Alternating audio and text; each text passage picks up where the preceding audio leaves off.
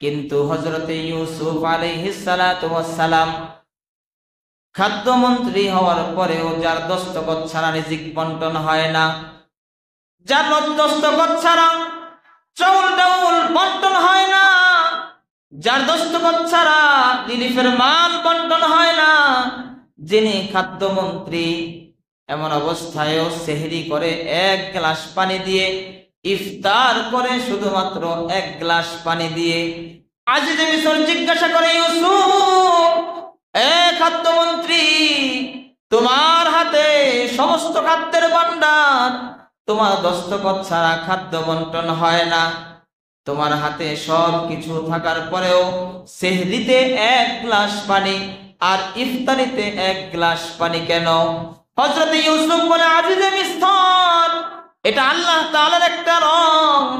আল্লাহ তাআলা কখনো কোনো একজন মানুষকে আল্লাহ তাআলা অনাহারে রাখে, বিপদ দেয়। আল্লাহ তাআলা কখনো কোনো একটা পরিবারকে আল্লাহ তাআলা বিপদ দেয়, কখনো আল্লাহ তাআলা একটা সমাজকে বিপদ দেয়, কখনো আল্লাহ তাআলা সমস্ত রাষ্ট্রের মধ্যে বিপদ দেয়। এটা আল্লাহ তাআলার একটা রং। এখন মিশরের সমস্ত মানুষগুলো তারা আল্লাহ তাআলার রঙে তারা রঙিন হয়ে গেছে। ক্ষুধার্ত অবস্থায়ও তারা মালিককে ডাকে, আমি তাদের সাথে আল্লাহর রঙে রঙিন হতে চাই। আমিও তারা যেমন ক্ষুধার্ত অবস্থায় তারা যেমন।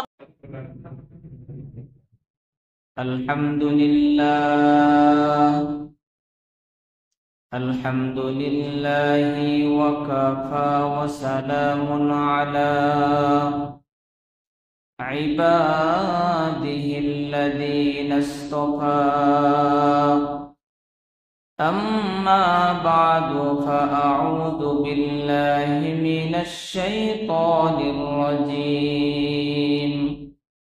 بسم الله الرحمن الرحيم. بل تؤثرون الحياة الدنيا والآخرة خير وأبقى. إن هذا لفي الصحف الأولى صحف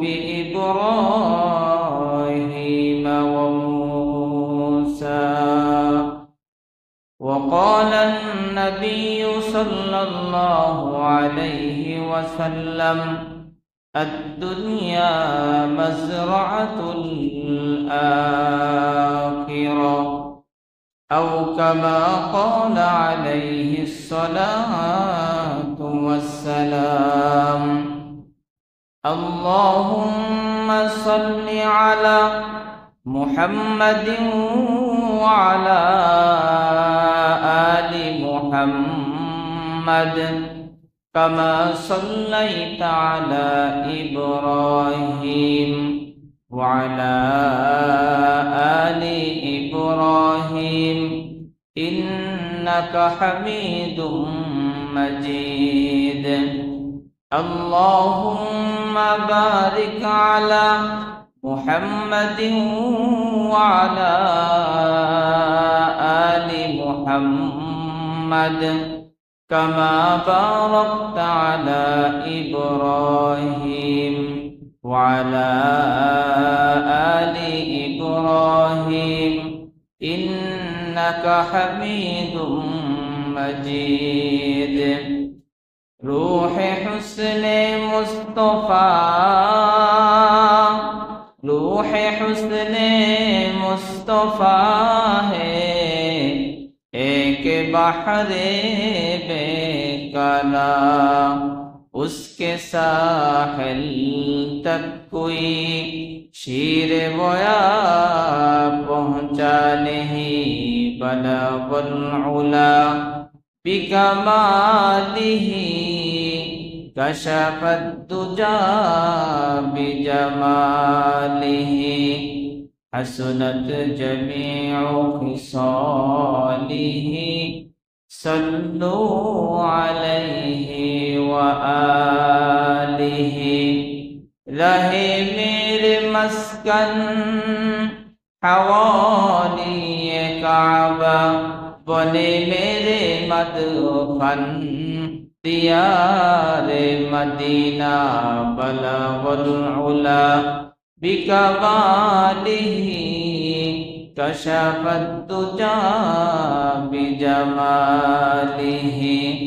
हसनत जमीउ खिसालिही सल्लु अलैहि व आलिहि ला इलाहा इल्लल्लाह ला इलाहा इल्लल्लाह ला इलाहा इल्लल्लाह ला इलाहा इल्लल्लाह ला इलाहा इल्लल्लाह ला इलाहा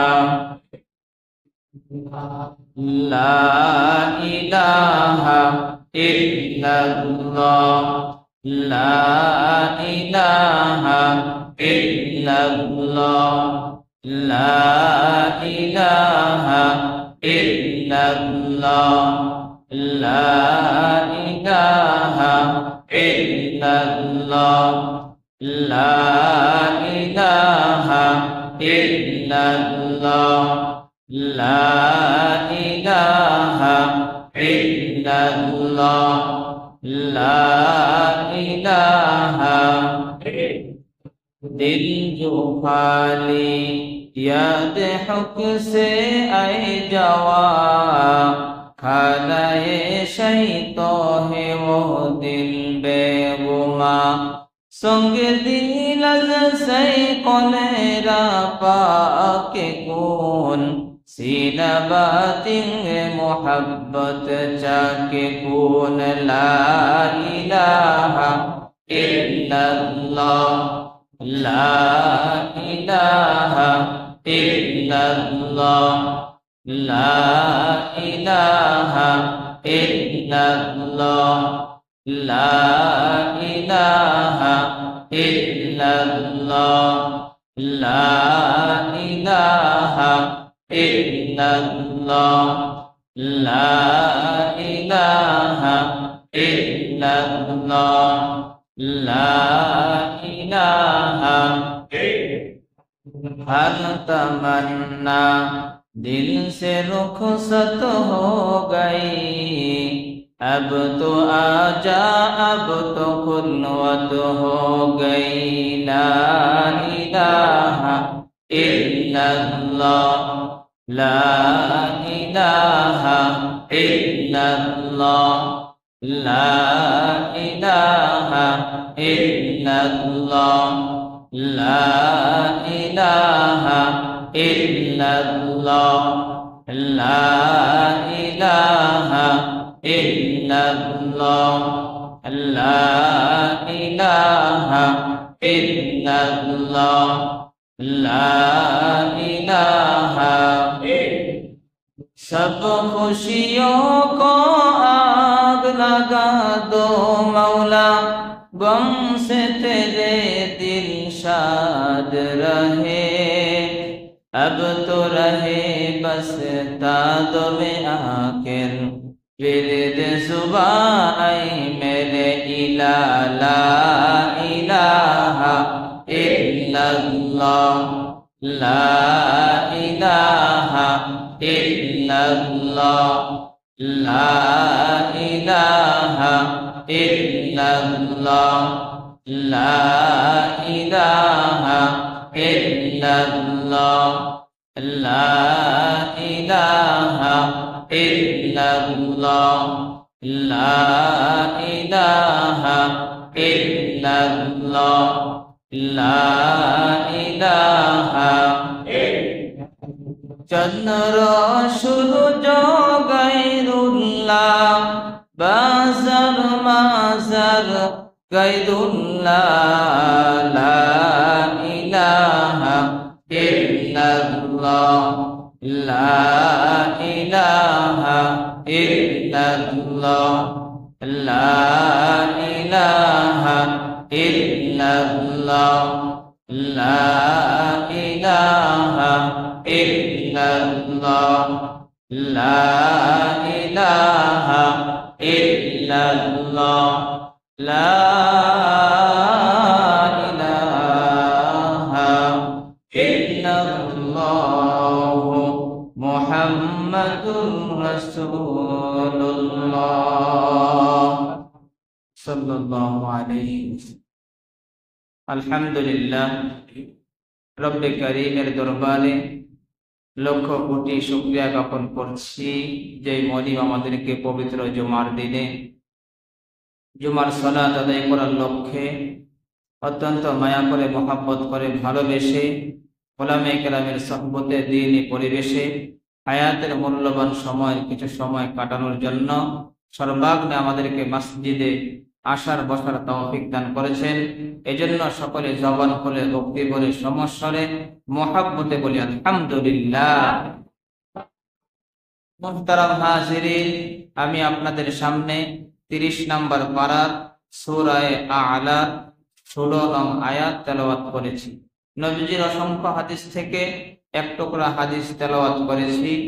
আয়াত এবং হাদিসকে সামনে নিয়ে আজকের আলোচনার বিষয় হবে দুনিয়ার পরিবর্তে আখিরাতকে প্রাধান্য দেওয়া। ওমা তাওফীক ইল্লা বিল্লাহ। মুহতারাম হাজিরিন, আমরা দুনিয়াতে ছিলাম না, আল্লাহ তাআলা আমাদেরকে পাঠিয়েছেন। কেন পাঠিয়েছেন?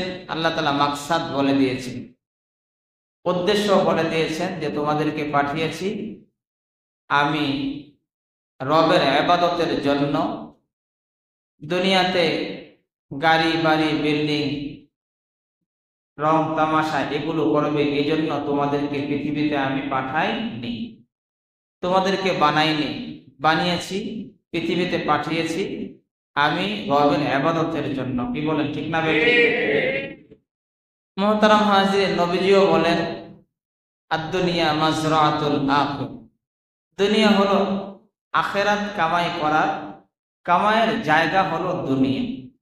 দুনিয়া থেকে আখিরাত কামাই করতে হবে। আমাদের যে মাকসাদ, আমরা আমাদের মাকসাদের দিকে না ছুটে আমরা এদিক সেদিক শুধুমাত্র দুনিয়ার পিছনেই আমরা ছুটতেছি। মুহতারাম হাজিরিন, দুনিয়ায় চলতে দুনিয়া ছাড়া চলা যাবে না। দুনিয়ায় চলতে দুনিয়া লাগবে কি লাগবে না? এবার লাগবে কি লাগবে না? দুনিয়াতে চলতে দুনিয়া লাগবে, দুনিয়া ছাড়া দুনিয়ায় চলা যাবে না। দুনিয়া কামাই করার জন্য কোনো নিষেধাজ্ঞা নেই।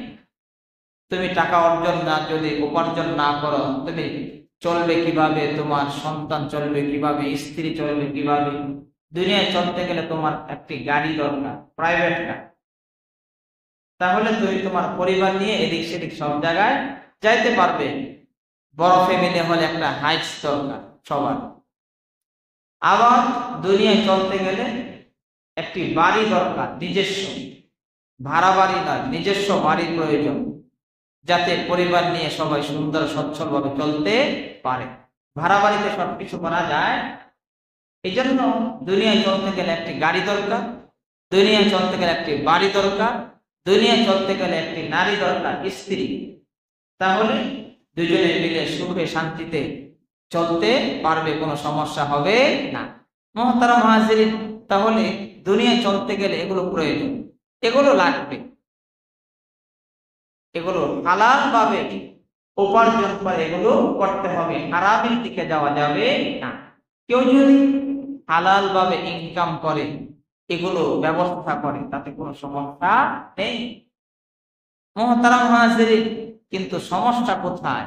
সমস্যা হলো এক জায়গায়, আমরা এগুলো করতে গিয়ে আমরা হালালকে বাদ দিয়ে হারামের পিছনে ছুটি। বলেন ঠিক না বেঠিক?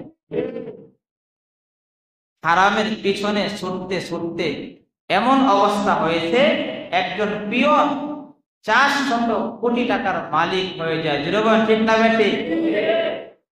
কি পরিমাণ হারাম অর্জন করলে একজন পিয়ন 400 কোটি টাকার মালিক হতে পারে? মুহতারাম হাজিরিন, এভাবে অর্জনের জন্য তোমাকে বলা হয়নি। মুহতারাম হাজিরিন, হালাল পথে ইনকাম করে তুমি করো, কোনো সমস্যা নেই। কিন্তু হালাল পথ বাদ দিয়ে হারাম দিকে ছুটে আখিরাতকে বরবাদ করা এটা মাকসাদ নয়। মুহতারাম হাজিরিন, দুনিয়ায় চলতে গেলে সুখ শান্তি, দুঃখ কষ্ট উভয়টা মিলেই দুনিয়া। কখনো আল্লাহ তাআলা বান্দাকে সুখে রাখেন, কখনো আবার আল্লাহ তাআলাই বান্দাকে দুঃখে রাখেন। সবকিছুর মালিক কে? কারো জোরে বলেন কে? আল্লাহ তাআলাই সবকিছুর মালিক। তিনিই বান্দাকে সুখে রাখেন, আবার তিনিই বান্দাকে দুঃখে রাখেন। আল্লাহ তাআলা যদি চাইতেন যে বান্দাকে শুধু আমি সুখ আর সুখ, শুধু সুখেই রাখবো সুখেই রাখবো, আল্লাহ তাআলা পারতেন যে বান্দাকে শুধু সুখে রাখবেন, বান্দাকে কষ্ট মুসিবত দুঃখ এগুলো দিবে না। আল্লাহ তাআলা যদি চাইতেন তাহলে পারতেন, কিন্তু আল্লাহ তাআলা চাননি কেন? আল্লাহ তাআলা সুখের পরিবর্তে মাঝে মধ্যে আবার দুঃখে মুসিবতে কষ্টের মধ্যে কেন আল্লাহ তাআলা ফেলেন? আল্লাহ তাআলা এই জন্য ফেলেন যে দুঃখে কষ্টে পড়ার পরে বান্দা আমার গোলামি ভুলে যায় কিনা আমি একটু তাকে পরীক্ষা করে দেখি। সুখে থাকলে সে আমাকে ডাকে, সে যখন মুসিবতে থাকবে তখন গোলামের রঙে সে রঙিন থাকে কিনা, ইবাদতের রঙে সে রঙিন থাকে কিনা। আল্লাহ তাআলা এই বিষয়টা যাচাইয়ের জন্যই বান্দাকে মাঝে মধ্যে মুসিবত বিপদ কষ্ট এগুলো আল্লাহ তাআলা দিয়ে থাকেন। শুধুমাত্র আমরা তো আদনা বান্দা, আদনা গোলাম আমরা আল্লাহ তাআলা, কিন্তু আল্লাহ তাআলার প্রিয় প্রিয় যারা গোলাম ছিল, প্রিয় বান্দা ছিল যারা নবী রাসূল, তাদেরকেও আল্লাহ তাআলা কষ্ট বিপদ মুসিবত দিয়েছেন। যেমন হযরতে ইউনূস আলাইহিস সালাতু ওয়াস সালাম আল্লাহ তাআলার প্রিয় বান্দা, তারপরেও এই প্রিয় বান্দাকে কেমন বিপদের মধ্যে আল্লাহ তাআলা ফেলেছেন, কেমন মুসিবত দিয়েছেন। আল্লাহ তাআলা বান্দাকে তার গুনাহের কারণে মুসিবত দেন না, শুধুমাত্র গুনাহের কারণেই মুসিবত দেন না, পরীক্ষার জন্য দেন। নবীরা আল্লাহ তাআলার প্রিয়, তারা তো মাসুম, সমস্ত নবীরা মাসুম নিষ্পাপ। তাহলে তারা নিষ্পাপ হওয়ার পরেও তাদেরকে কেন আল্লাহ তাআলা মুসিবত দিয়েছেন, বিপদ দিয়েছেন, দুঃখ কষ্টের মধ্যে কেন ফেলেছেন? বোঝা গেল গুনাহের কারণে নয়। আল্লাহ তাআলা দেখতে চান যে আমার বান্দা বিপদের দিনে মুসিবতে পড়ে আমার গোলামি ভুলে যায় কিনা, নাকি বিপদে আপদে কষ্টেও আমার গোলামি করে আল্লাহ তাআলা দেখতে চান। হযরত ইউনূস আলাইহিস সালাতু ওয়াস সালামকে কেমন মুসিবতের মধ্যে আল্লাহ তাআলা ফেলে দিয়েছেন। এক মাসে খাওয়ার পরে ওই মাছকে আবার আরেক মাসে খেয়েছে। কারণ দুনিয়ার নীতি হলো বড় মাছগুলো ছোট মাছকে খায়। ইউনূস আলাইহিস সালাতু ওয়াস সালাম এক মাছের পেটে যাওয়ার পরে আল্লাহ তাআলা ওই মাছকে আরেক মাছে খেয়ে ফেলেছে। এক অন্ধকারের ভিতরে আরেক অন্ধকার। কিন্তু আশ্চর্যের বিষয় হলো ইউনূস আলাইহিস সালাতু ওয়াস সালাম সাগরের অতল গহ্বরে, সাগরের নিচে অতল গহ্বরে হযরতে ইউনূস আলাইহিস সালাতু ওয়াস সালাম তার চোখ খোলা, তার কান খোলা, তার জবান খোলা। হযরতে ইউনূস সাগরের অতল গহ্বরে শুনতে পায় সাগরের নিচে সমুদ্রের মাছগুলো আল্লাহ তাআলার জিকিরে মগ্ন।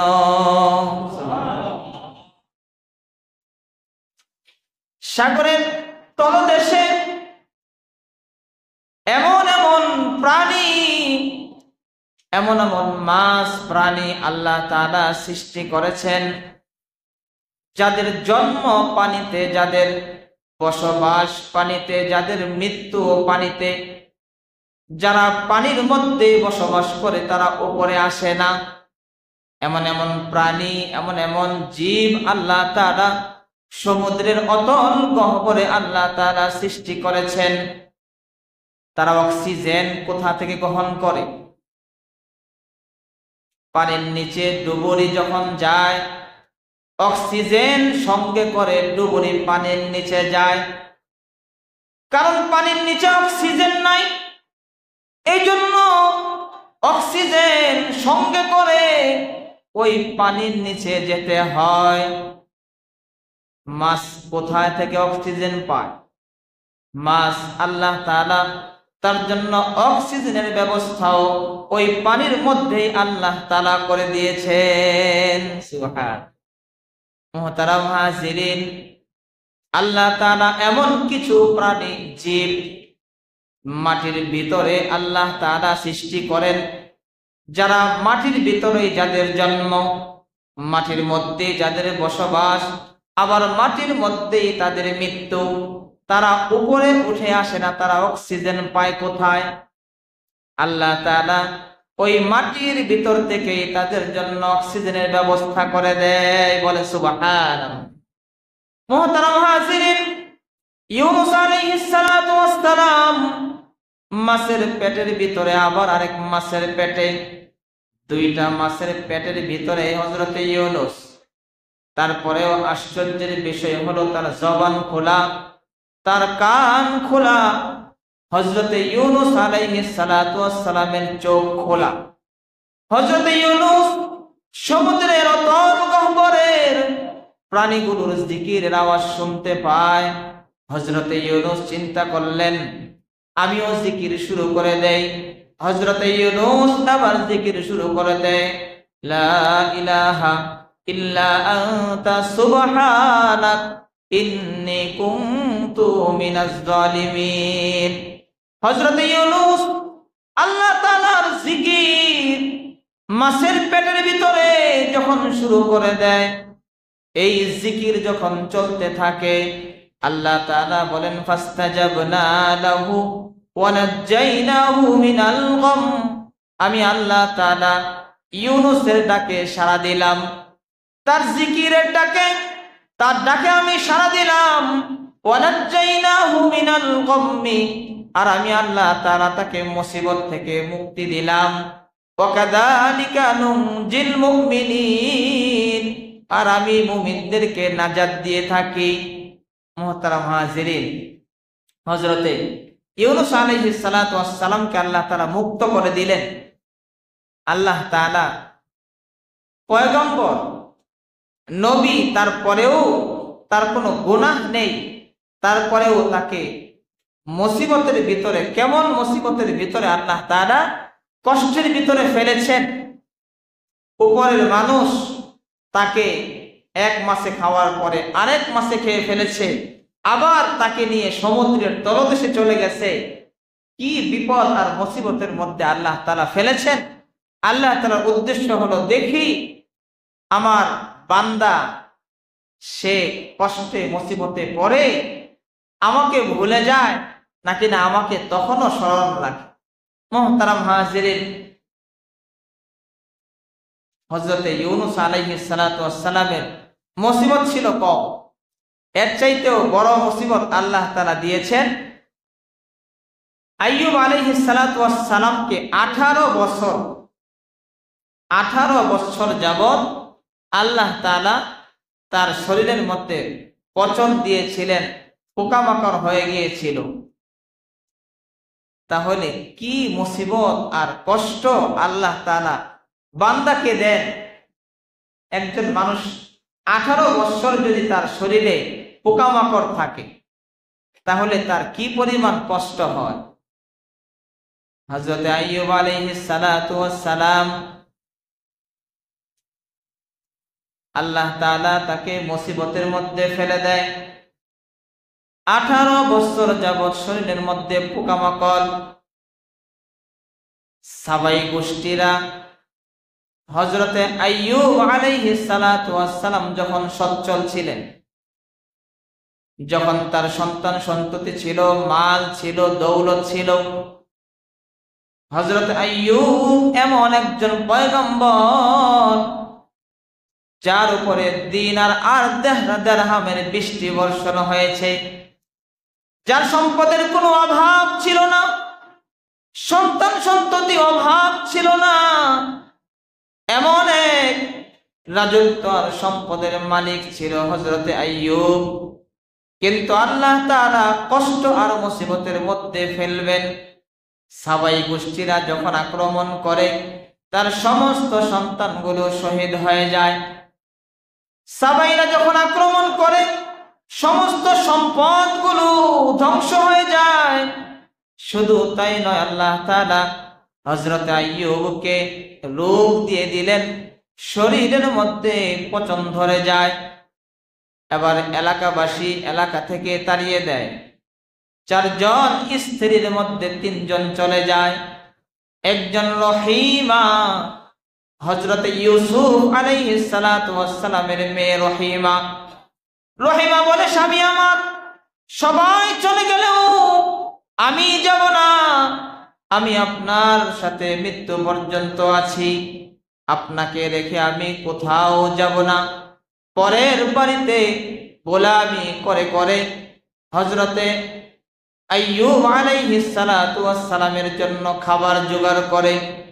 এলাকাবাসী তাড়িয়ে দেয়, অন্য এলাকায় যায়।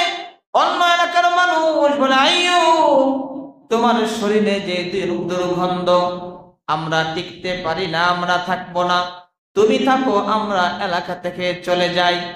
হযরতে আইয়ুব আলাইহিস সালাতু ওয়াস সালাম এক বাগানের মধ্যে চলে গেলেন।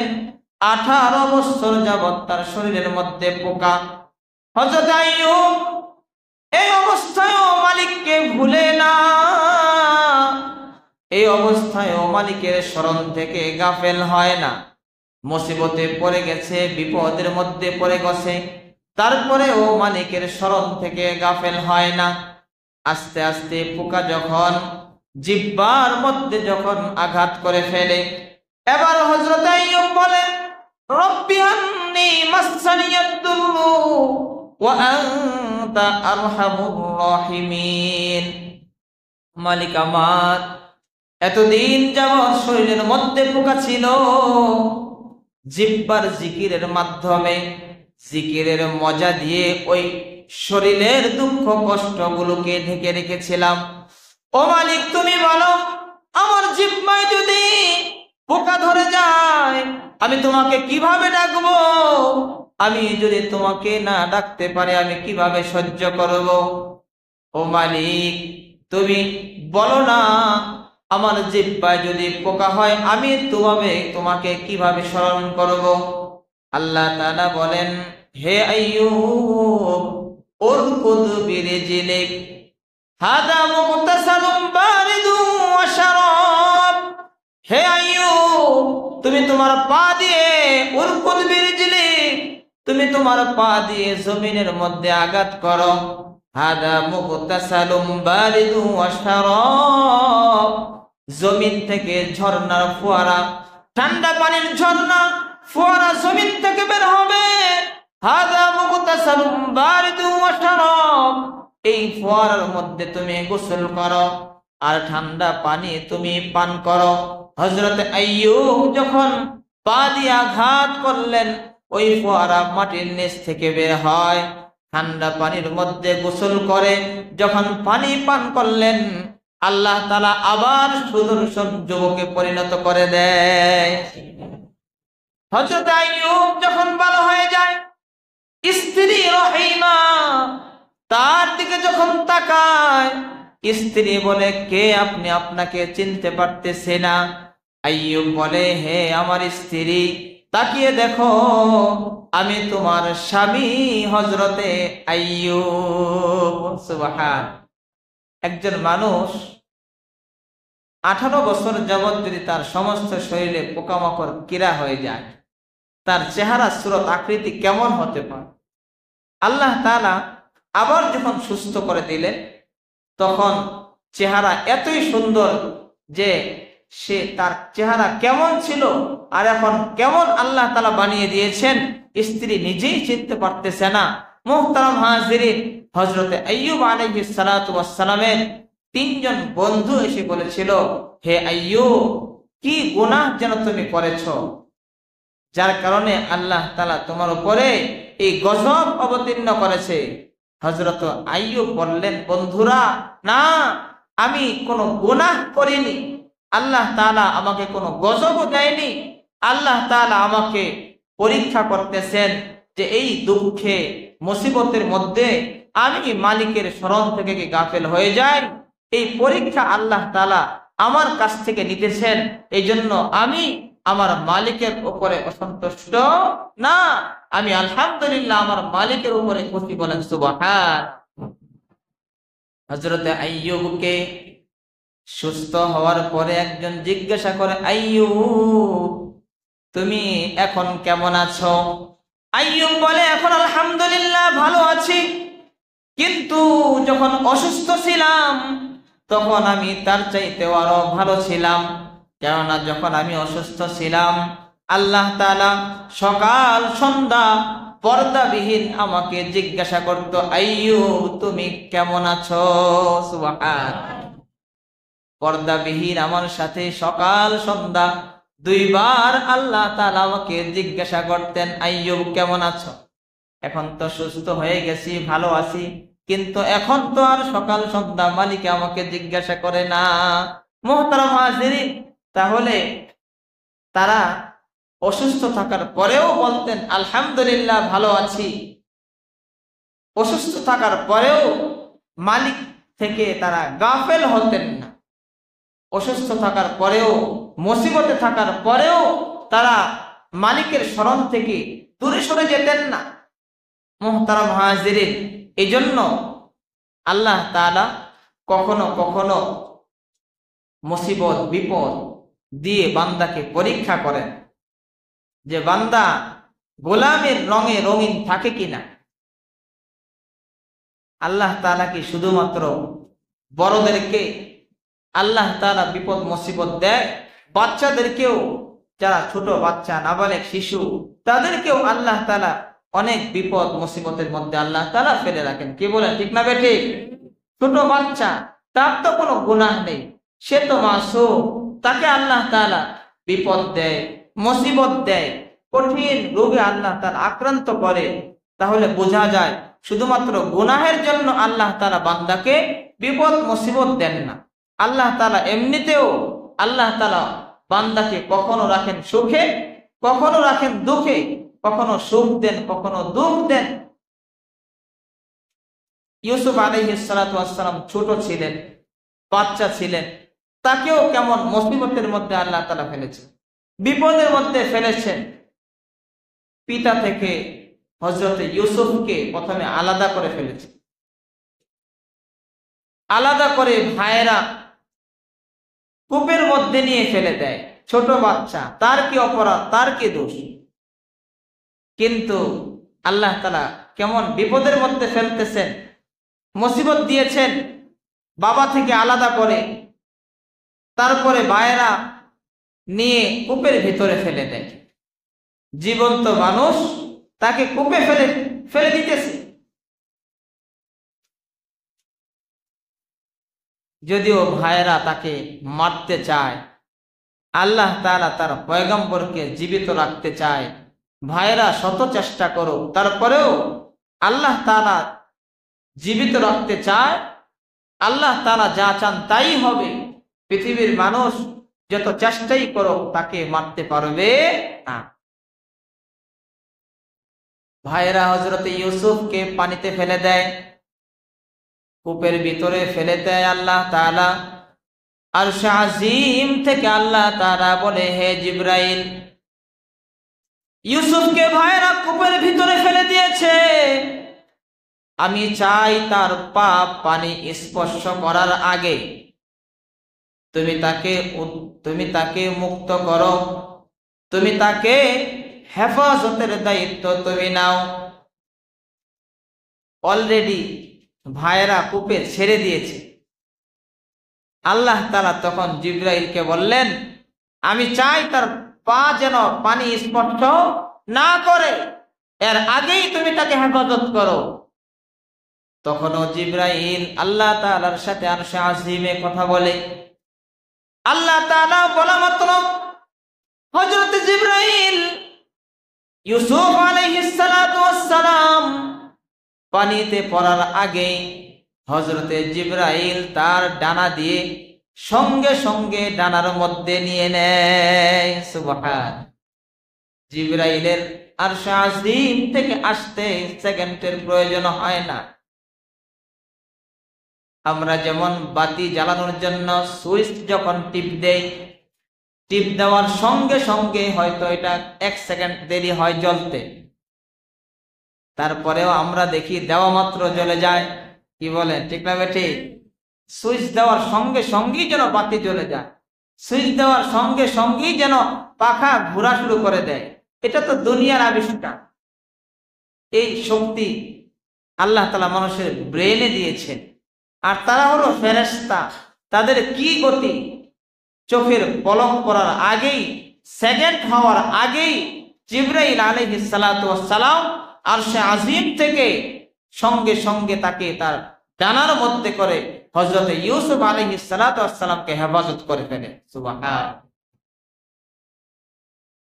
এবার গোলাম বিক্রি হয় বাজারে, স্বাধীন মানুষ কিন্তু বিক্রি করে দেয় বাজারে। কেমন বিপদ আর মুসিবতের মধ্যে আল্লাহ তাআলা ফেলে দেন। গোলাম বাজারের মধ্যে বিক্রি হয়।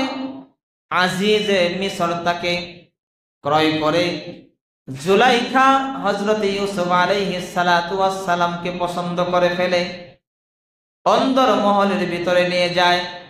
7টা গেট পার করে অন্দর মহলের মধ্যে নিয়ে যায়। কিন্তু হযরত ইউসুফ আলাইহিস সালাতু ওয়াস সালাম এমন বিপদের মধ্যেও, মুসিবতের মধ্যেও মালিককে ভুলে না, মালিকের স্মরণ থেকে গাফেল নয়, তাকওয়া হারিয়ে ফেলে না। আল্লাহর ভয় তার ভিতরের মধ্যে তখনও বিদ্যমান। জুলাইখা যখন ইউসুফকে ধরার জন্য যখন উদ্যত হয়, হযরত ইউসুফ দৌড়াইতে থাকে আর কুদরতিভাবে সমস্ত তালাগুলো খুলে যায়। সুবহান। আজিজে মিসর সামনে দাঁড়ানো। স্ত্রী বলে, দেখো না কেমন গোলাম ক্রয় করে এনেছ। বাদশার স্ত্রীর দিকে হাত বাড়াতে থাকে। তার পক্ষে কে এখন সাক্ষ্য দিবে? স্বয়ং বাদশার স্ত্রীর বিষয় কেউ তার ব্যাপারে সাক্ষ্য দিবে না, এগিয়ে আসবে না। আল্লাহ তাআলা এমন একজন সাক্ষী আল্লাহ তাআলা দাঁড় করে দিয়েছেন, একজন শিশু। সে আল্লাহ তাআলা তার জবান খুলে দেওয়ার কারণে বলে, এ আজিজে মিসর, যাকে তাকে জিনার তুহমত দিও না, যার তার উপরে জিনার তুহমত লাগিও না। হে আজিজে মিসর, তাকিয়ে দেখো ইউসুফের পিছনে জামা ছেঁড়া নাকি সামনের দিকে জামা ছেঁড়া। যদি পিছনে ছেঁড়া থাকে তাহলে অবশ্যই বুঝবে তোমার স্ত্রী অপরাধী, পিছন থেকে কাপড়কে টান দিয়ে ধরেছে। আর যদি সামনে সামনে ছেঁড়া থাকে মনে করবে ইউসুফ অপরাধী। বলেন সুবহানাল্লাহ। মুহতারাম হাজিরিন, আল্লাহ তাআলা বাচ্চাকেও বিপদে ফেলে দেয়, দুঃখ কষ্ট দেয়, কূপে ফেলে দিয়েছে। আবার গোলাম হিসাবে বাজারে বিক্রি, আবার বাদশার স্ত্রী অপবাদ, চলে যায় জেলখানার মধ্যে। নির্দোষ, তার কোনো অপরাধ নেই, তারপরেও নিরপরাধ মানুষ জেলে। মুহতারাম হাজিরিন, বোঝা যায় জেলখানার মধ্যে যারা যায় তারা সবাই অপরাধী নয়। কখনো কখনো নির্দোষ মানুষও জেলের মধ্যে বছরকে বছর আবদ্ধ থাকে। জুড়ে বলেন ঠিক না বেঠিক?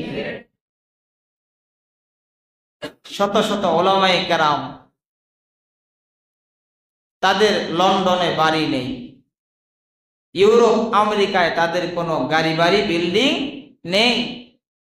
তাদের বিরুদ্ধে কোনো চুরি, ডাকাতি, রাহাজানি, ছিনতাই, মামলা, এই সমস্ত অপরাধ যেগুলো, জিনা, ব্যভিচার, এই সমস্ত অপরাধ তাদের নেই। একটি অপরাধ তারা সত্য বলে, যা ঘটে বাস্তব কথা, সত্য কথা, অপরাধ জগতের কথাগুলো তারা প্রকাশ করে দেয়। তারা সত্যের পথে কথা বলে। এই জন্য এই নিরপরাধ মানুষগুলো যারা কোনো চুরি, ছিনতাই, ডাকাতি, কোনো জিনা, রাহাজানি, এগুলো কোনো অপরাধ তাদের নেই, কিন্তু এই নিরপরাধ মানুষগুলো বছরের পরে বছর জেলে আবদ্ধ থাকে। হযরত ইউসুফ আলাইহিস সালাতু ওয়াস সালামও নির্দোষ ছিলেন, কোনো অপরাধ ছিল না, তারপরেও তাকে জেলে আবদ্ধ হতে হয়েছে। যেরকম ঠিক না বেঠিক? তাহলে বোঝা যায় জেলখানার মধ্যে যারা আবদ্ধ থাকে সবাই অপরাধী নয়। কখনো কখনো নিরপরাধ নির্দোষ মানুষও জেলে আবদ্ধ থাকে। এটা আল্লাহ তাআলারই ফায়সালা। আল্লাহ তাআলা কখনো জেলের ভিতরে রাখে, কখনো জেলের বাহিরে রাখে। আল্লাহ তাআলা কখনো বিপদ দেয়, কখনো আল্লাহ তাআলা আবার সুখ এবং শান্তিতে রাখে। এটা আল্লাহ তাআলারই ফায়সালা। মুহতারাম হাজিরিন, ইউসুফ আলাইহিস সালাতু ওয়াস সালাম মন্ত্রী হয়ে গেলেন। ছিলেন কোথায়? আল্লাহ তাআলা নিয়ে গেছেন কোথায়? মন্ত্রী হয়ে গেলেন, খাদ্য মন্ত্রী। এখন তার দস্তখত ছাড়া চাউল ডাউল এগুলো মানুষের রিজিক এখন আর বন্টন হয় না তার দস্তখত ছাড়া।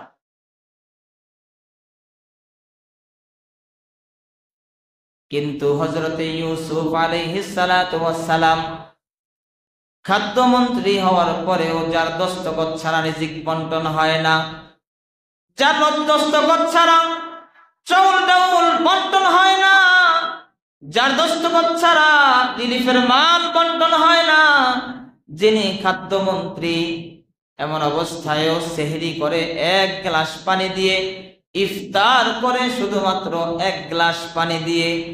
আজিজে মিসর জিজ্ঞাসা করে, ইউসুফ, খাদ্যমন্ত্রী, তোমার হাতে সমস্ত খাদ্যের ভান্ডার, তোমার দস্তখত ছাড়া খাদ্য বন্টন হয় না, তোমার হাতে সব কিছু থাকার পরেও সেহরিতে 1 গ্লাস পানি আর ইফতারিতে 1 গ্লাস পানি কেন? হযরত ইউসুফ বলে, আজিজে মিসর, এটা আল্লাহ তাআলার একটা রং। আল্লাহ তাআলা কখনো কোনো একজন মানুষকে আল্লাহ তাআলা অনাহারে রাখে, বিপদ দেয়।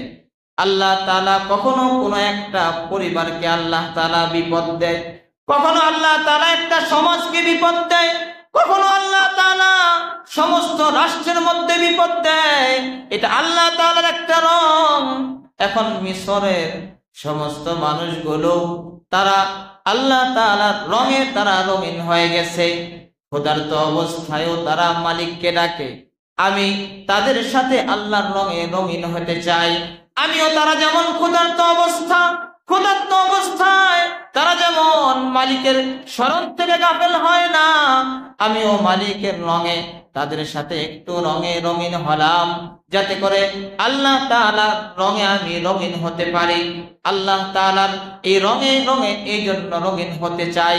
আল্লাহ তাআলা বিপদ দিয়েছেন, মুসিবত দিয়েছেন, আল্লাহ তাআলা দেখতে চায় আমরা এই মুসিবতের মধ্যেও মালিকের স্মরণ থেকে গাফিল হই কিনা।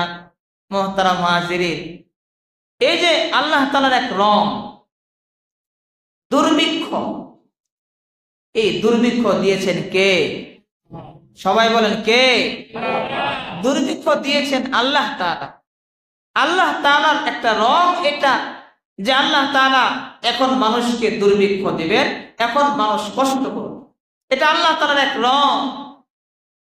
হযরত ইউসুফ বলেন, এই রঙে আমি রঙিন হতে চাই, আমিও ক্ষুধার্ত থাকতে চাই, আমিও কষ্ট করতে চাই।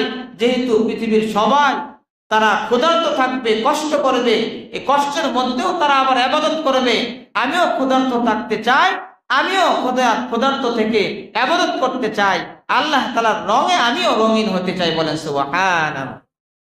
মুহতারাম হাজিরিন, বিপদ মুসিবত এগুলো আল্লাহ তাআলার পক্ষ থেকে আল্লাহ তাআলা বান্দাকে পরীক্ষা করেন যে তারা বিপদের দিনেও আমাকে ডাকে কিনা, তারা গোলাপের রঙে রঙিন হয় কিনা। আল্লাহ তাআলা পয়গম্বরদেরকে যেমন কষ্ট মুসিবত দিয়েছেন, আবার এই পয়গম্বরদেরকে এমন রাজত্ব দান করেছেন যা পৃথিবীর আর কাউকে কখনো দেওয়া হবে না। এমন রাজত্ব আল্লাহ তাআলা দান করেছেন। যেমন হযরতে সুলাইমান আলাইহিস সালাতু ওয়াস সালামকে আল্লাহ তাআলা যে রাজত্ব দান করেছেন, এমন রাজত্ব পৃথিবীর আর কাউকে কখনো দেওয়া হবে না। জিন ও ইনসানের বাদশা যারাই পৃথিবীতে রাজত্ব করেছে, তারা কেউ জিন ইনসানের বাদশা নয়, শুধু মানুষের বাদশা, জিনের বাদশা নয়। কিন্তু সুলাইমান আলাইহিস সালাতু ওয়াস সালাম জিন ও ইনসান উভয় জাতির সে বাদশা। পৃথিবীতে যারা রাজত্ব করেছে তারা সর্বোচ্চ কেমন ধনী, তারা সর্বোচ্চ স্বর্ণের গাড়ি ব্যবহার করতে পারে। কিন্তু হযরতে সুলাইমান আলাইহিস সালাতু ওয়াস সালামকে আল্লাহ তাআলা এমন রাজত্ব দান করেছেন, স্বর্ণের গাড়ি নয়, শুধু রাস্তা স্বর্ণের ইট দিয়ে বানিয়ে ফেলেছেন। বলেন সুবহানাল্লাহ। রাস্তা ইট স্বর্ণের। সুলাইমান আলাইহিস সালাতু ওয়াস সালাম তাকে হুদহুদ পাখি সংবাদ দেয়, পয়গম্বর সুলাইমান, আপনাকে খুশি করার জন্য রানী বিলকিস সে 300 মন্ত্রী পাঠাইতেছে, সকলের হাতের মধ্যে একটি করে স্বর্ণের টুকরা, স্বর্ণের ইট, সকলের হাতে একটি করে স্বর্ণের ইট। 300 মন্ত্রী তারা এই রেশমি কাপড়ে করে এই স্বর্ণের ইটগুলোকে মরিয়ে আপনার জন্য হাদিয়া হিসেবে নিয়ে আসতেছে। রানী বিলকিস এগুলো আপনার জন্য হাদিয়া হিসেবে পাঠাইছে। বাদশাহ সুলাইমান বলে, তাই নাকি? এবার পয়গম্বর সুলাইমান, জিন ইনসানের বাদশাহ হযরতে সুলাইমান বলে, এই জিন ইনসান, রানী বিলকিস 300 ইট স্বর্ণের হাদিয়া হিসেবে পাঠাইতেছে। হে জিন ইনসান, আমি চাই আমার প্রধান ফটক থেকে আমার রাজমহল পর্যন্ত যতটুকু রাস্তা আছে, সমস্ত রাস্তাগুলোকে আমি স্বর্ণের ইট দ্বারা বাঁধাই দেখতে চাই। শুধু তাই নয়, প্রধান ফটকের দুই পাশে ইয়াকুত মারজানের গাছ থাকবে, যেগুলো জ্বলতে থাকবে। তোমরা লেগে যাও, জলদি করে কাজ শুরু করে দাও। জিন ইনসান মিলে প্রধান ফটক থেকে রাজমহল পর্যন্ত বেঁধে দেয়। এবার রানী বিলকিসের মন্ত্রী 300 মন্ত্রী যারা রেশমি কাপড়ে করে ইট মরিয়ে থরের মধ্যে করে কাঁধে ব্যাগ ঝুলিয়ে যারা এসেছে, তারা আসা মাত্র দেখে প্রধান ফটকের থেকে নিয়ে রাজমহল পর্যন্ত সমস্ত রাস্তা স্বর্ণের ইট দিয়ে বাঁধাই করা। সুবহানাল্লাহ। শুধু তাই নয়, দুই পাশে গাছ, ইয়াকুত মারজানের গাছ জ্বলতেছে। মন্ত্রীরা বলে, এই সকল মন্ত্রীরা, ব্যাগে করে একটা একটা ইট এনেছি, শরমের বিষয়, লজ্জার বিষয়, এগুলো ভিতরে যাওয়ার আগে দরজার কাছে রেখে যাই। কারণ যেখানে রাস্তা স্বর্ণের ইট দিয়ে বাঁধা, সেখানে আমাদের একটা একটা ইট কোনো চোর ডাকাতে নিবে না। কি বলে, ঠিক না বেটি? যেখানে সমস্ত রাস্তাই স্বর্ণের ইট দিয়ে বাঁধা, সেখানে আমাদের এই একটি একটি ইট কোনো চোর ডাকাতে নিবে না। মুহতারাম হাজিরিন, তাহলে আল্লাহ তাআলা পয়গম্বরদেরকে কেমন রাজত্ব দিয়েছেন, তাদেরকে এমন রাজত্ব দিয়েছেন, এমন তখ্ত দান করেছেন যে একটি কাঠ তক্তা যাকে বলা হয়, এই কাঠের উপরে উঠে হযরতে সুলাইমান তার লস্কর বাহিনী নিয়ে যেখানে ইচ্ছা সেখানেই যেতে পারে। আদেশ করা মাত্রই বাস বাতাসে তাকে যেখানে ইচ্ছা ওখানে নিয়ে যায়। যার রাজত্ব ছিল জমিনে, যার রাজত্ব ছিল আকাশে, যার রাজত্ব ছিল অন্য অন্য প্রাণীকুলের উপরেও, এমন রাজত্ব পৃথিবীর কাউকে আল্লাহ তাআলা আর দেননি, আর ভবিষ্যতেও আর কাউকে দিবে না। মুহতারাম হাজিরিন, তাহলে সুখে রাখার মালিক আল্লাহ তাআলা, দুঃখে রাখার মালিক আল্লাহ তাআলা।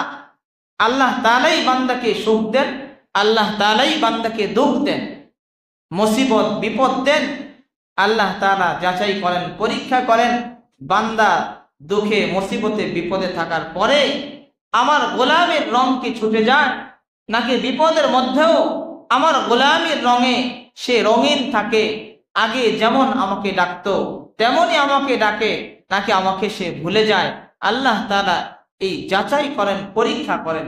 মুহতারাম হাজিরিন, এই জন্য আমরা যেমনই থাকি না কেন, সুখে থাকলেও বলবো আলহামদুলিল্লাহ, মুসিবতে বিপদে থাকলেও বলবো আলহামদুলিল্লাহ, অসুস্থ হলেও বলবো আলহামদুলিল্লাহ, সুস্থ থাকলেও বলবো আলহামদুলিল্লাহ। রাজি আছি তো ইনশাআল্লাহ?